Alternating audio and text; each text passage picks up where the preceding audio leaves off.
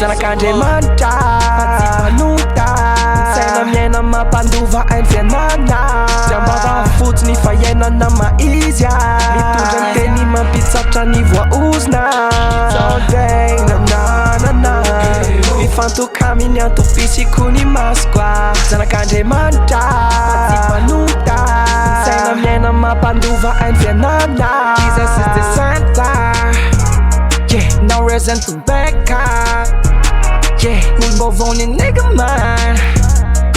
Miaina in the new sky. Yeah.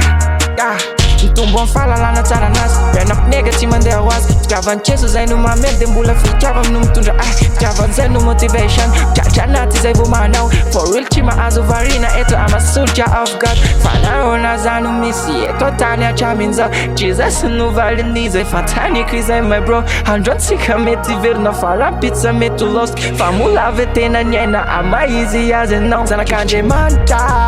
Panota Saina miaina mampandova hainy fianana Ambava fotsiny fa iainana maizia Mitondra ny teny mampitsatra ny voaozina Zandray nananana Mifantoka ny antopisiko ny masoko Zanak'Andriamanitra Panota Saina miaina mampandova hainy fianana Maizy na tsy mila proof nega Tsy mila proof fa tsy maintsy aseho ny fiainana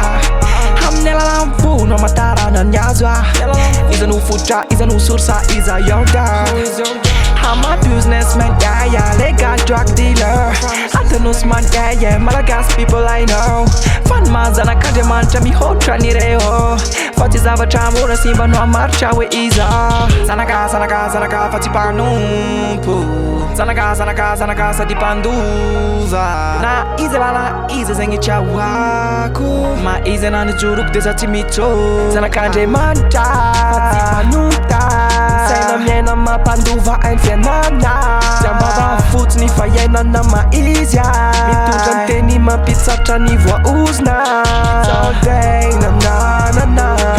Mifantoka ny antopisiko ny masoko Zanak'Andriamanitra Panota Saina miaina mampandova hainy fianana